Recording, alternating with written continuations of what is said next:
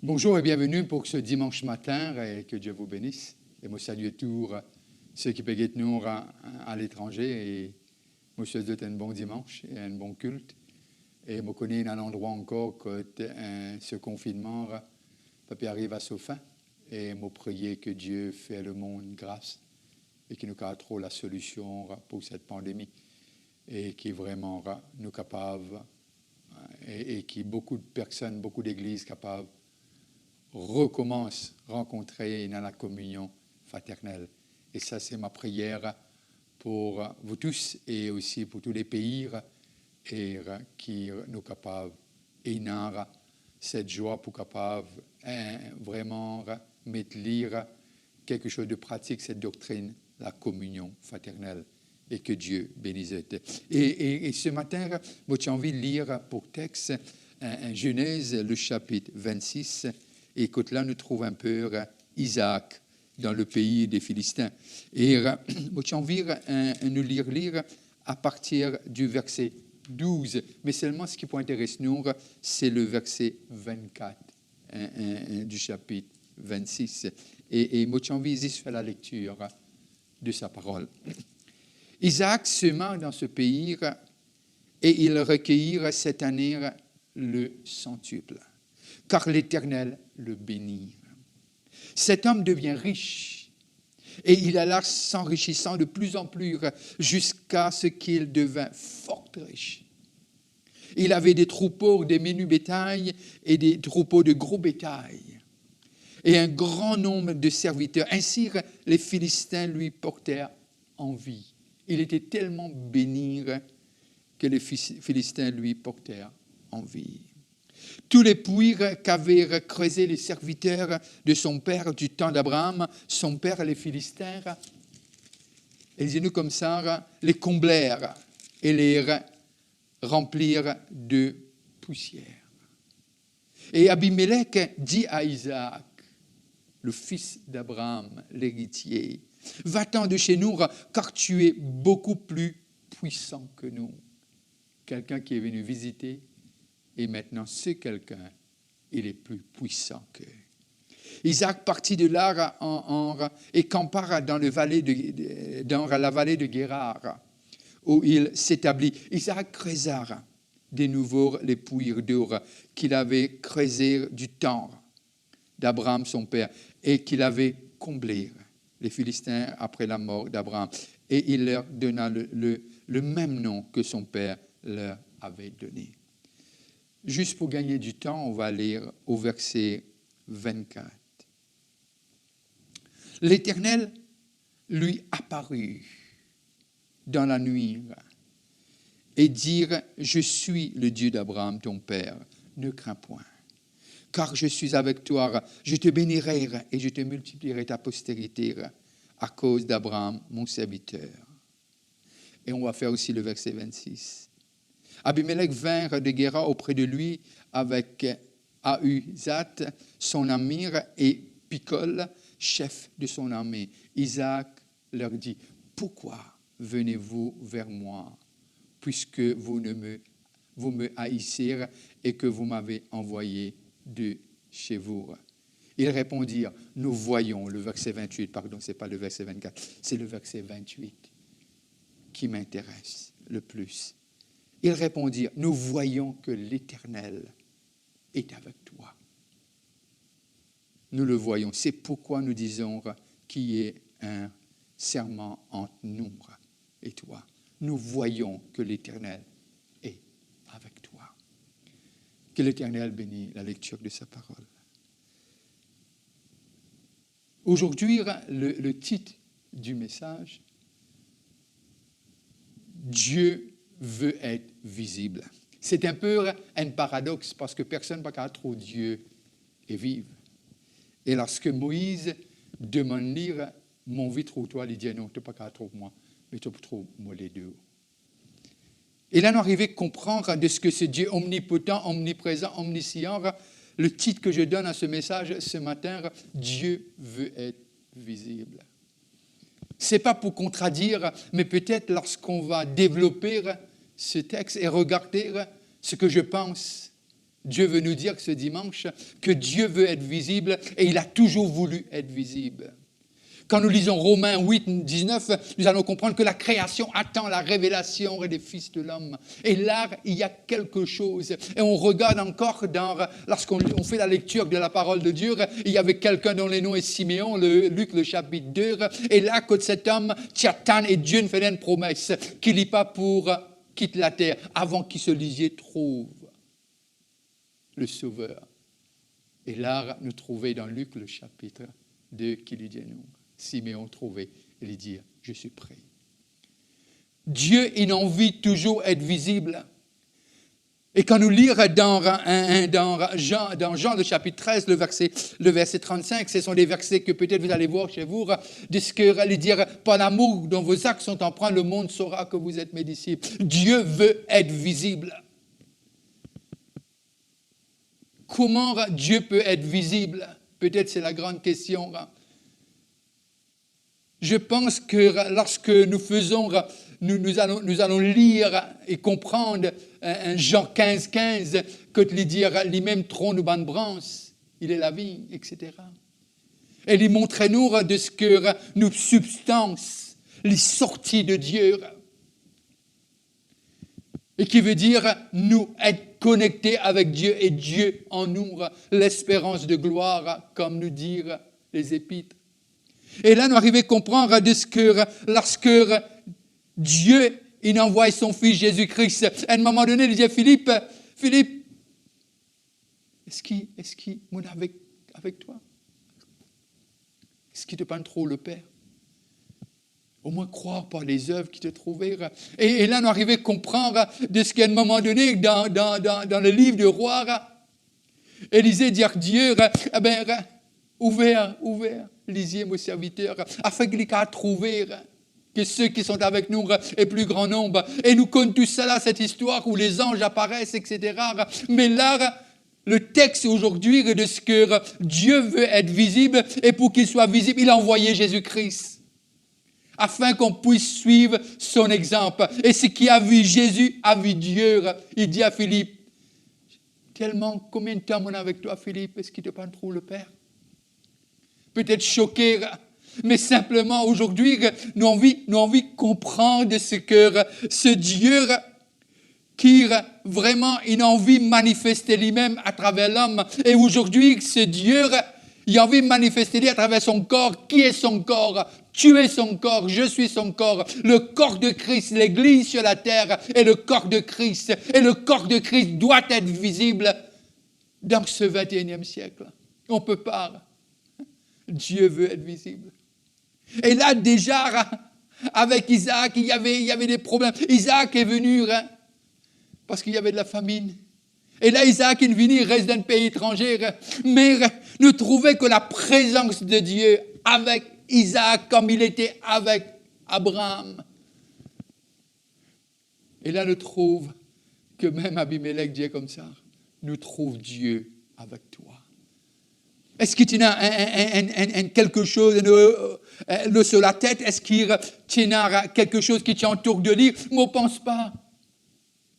Mais simplement, la présence de Dieu était tellement tangible. Et l'œuvre, l'ouvrage de ses mains reflétait, la bénédiction sur lui reflétait la présence de Dieu. Dieu veut être visible. Oh, Dieu veut être visible. Dieu t'a créé, Dieu m'a créé, et Dieu nous a sauvés par le sacrifice de Jésus-Christ à la croix, afin qu'on puisse le refléter. C'est pour cela que t'appelles-nous chrétiens. Chrétiens, comme Christ. Bien que les épîtres montrent-nous, Jean dit nous comme ça, comme il est, nous sommes aussi, ne pas dire une vie omnipotent, omniprésent, omniscient, non, loin de là, mais simplement, c'est tellement visible que Galates 5, 22 et 23 décrit à nous les attributs qui étaient en Jésus, les qualités qui sont maintenant à l'Église. Et il nous faut comprendre que Dieu veut être visible plus que jamais à travers son corps. Par l'amour dont vos actes sont empreints, le monde saura que vous êtes mes disciples. Et lorsque nous arrivons à comprendre Et pour nous capables de comprendre nos pensées, nous avons besoin aussi de lire les épîtres et nous arriver à comprendre de ce qui, à un moment donné, de ce que la gloire de Dieu dans la vie des apôtres. Et peut-être nous dire lire, et nous pourrions dire lire de ce que Pierre n'a pas été capable empêche lui-même, de ce que ce l'ombrage capable tout ce qui ken. Et que c'est quelqu'un était guéri. Et que Paul priait vraiment ce mouchoir et lui dire, allez, mais ceux qui touchèrent par la foi, et le pourquoi qu'il ait fait une prière là était guéri. Mais il y a quelque chose que le corps de Christ. Et Paul, lorsqu'il écrit en Éphésiens, il a envie à tout prix, non seulement d'être baptisé dans l'amour de Christ, mais d'être enveloppé de sagesse, de connaissance, de révélation pour comprendre quelle est la richesse. Oh, Dieu veut être visible. Et lorsque Dieu est visible par nos actions, par ce que nous allons toucher, ce que nous allons faire, et là le monde va savoir qu'il y a quelque chose il y a quelqu'un qui est avec nous. Ce n'est pas une chose, c'est une personne. On ne peut pas ne pas voir la présence de Dieu par nos œuvres, nos actions et ce que nous faisons. Et là, lorsque nous continuons à lire, nous arrivons à comprendre, lorsque nous arrivons dans 2 Corinthiens, le chapitre 3, le verset 13, et que Paul explique cette gloire qui était là sur Moïse, mais il dit que c'était une gloire qui t'y peut passer, mais tandis que la gloire en Jésus-Christ, le corps de Christ, il l'appelait pour vraiment montrer une gloire qui n'arrête jamais, de gloire en gloire. Et qui vraiment nous capable de refléter non seulement celui dans lequel nous sommes et celui qui est en nous.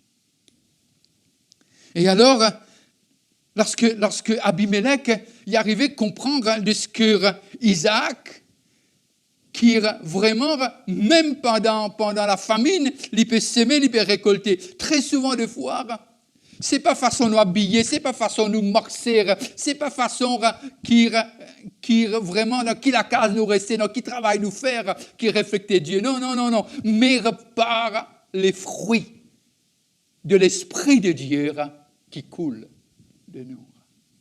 Il y a quelque chose.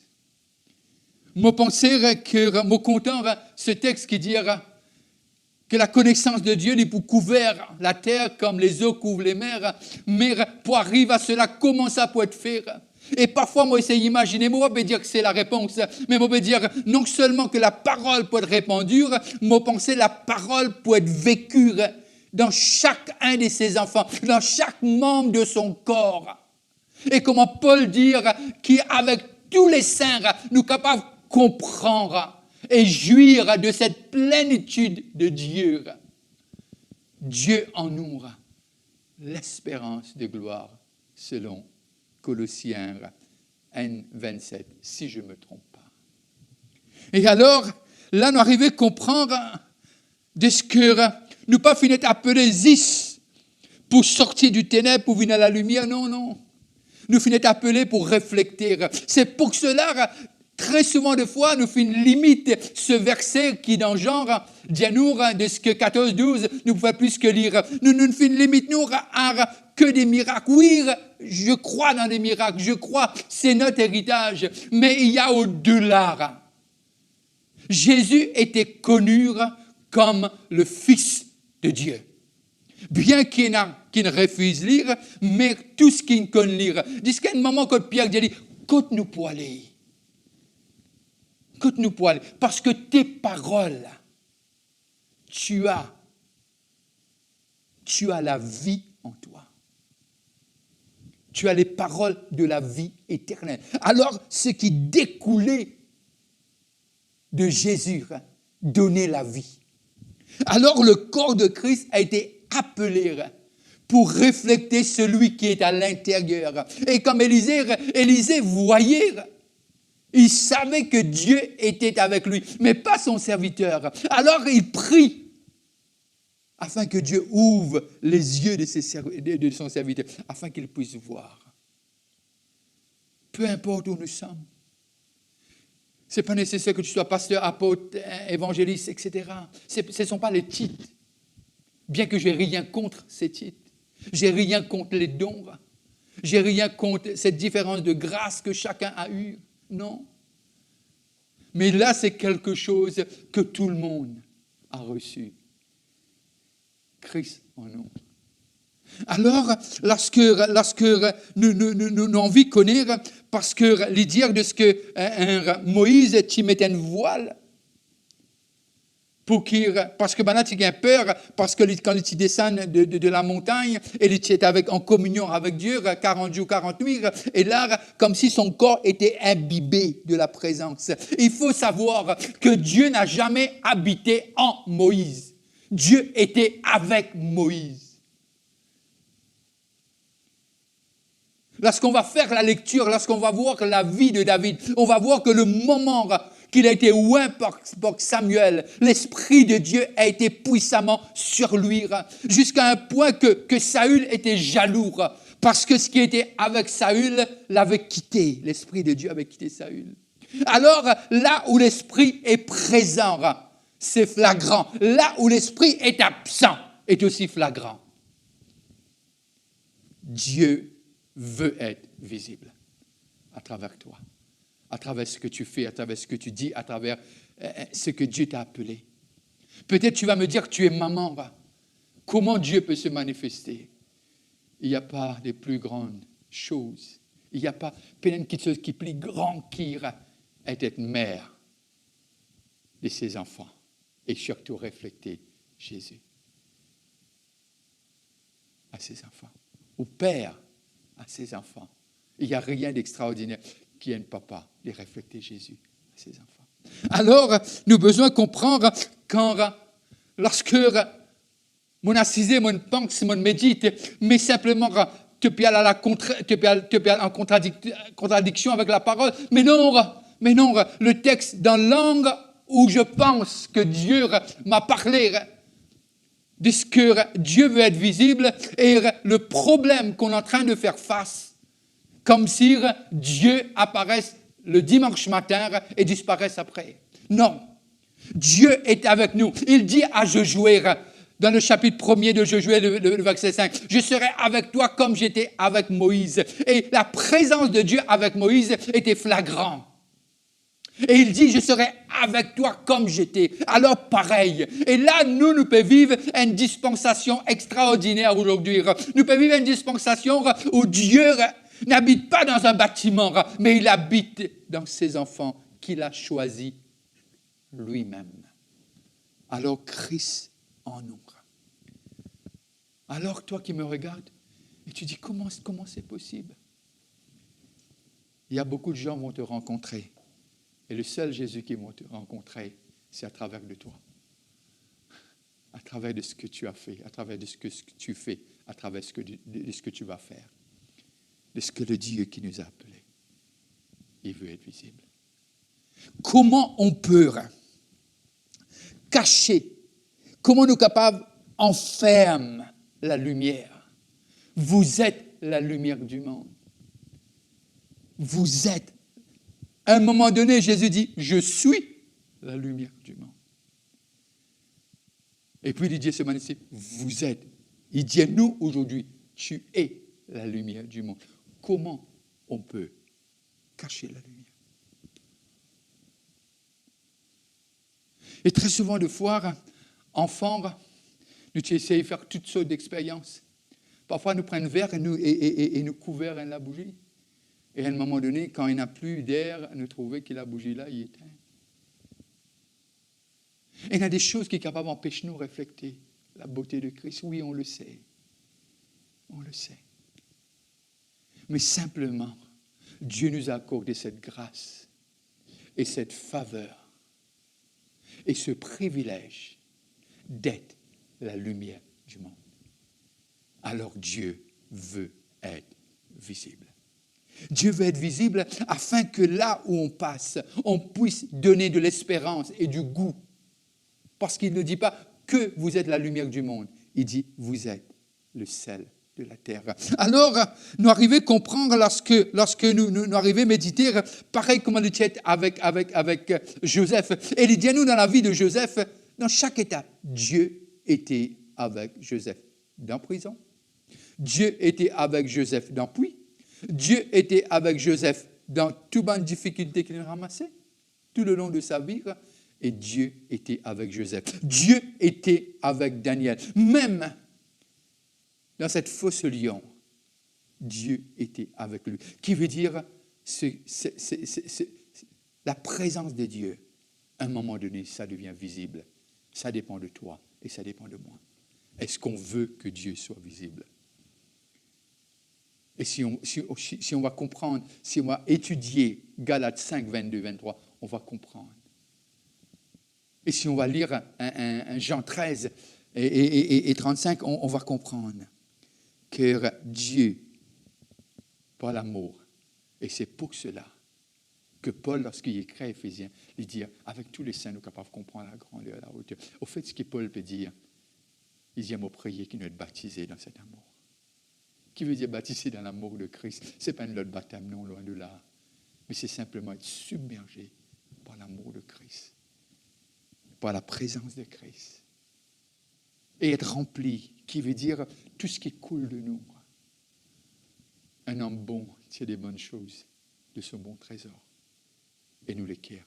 C'est là que notre trésor est. Et alors, lorsque nous guettons, surtout lorsque Siméon trouve l'enfant Jésus, il a vu.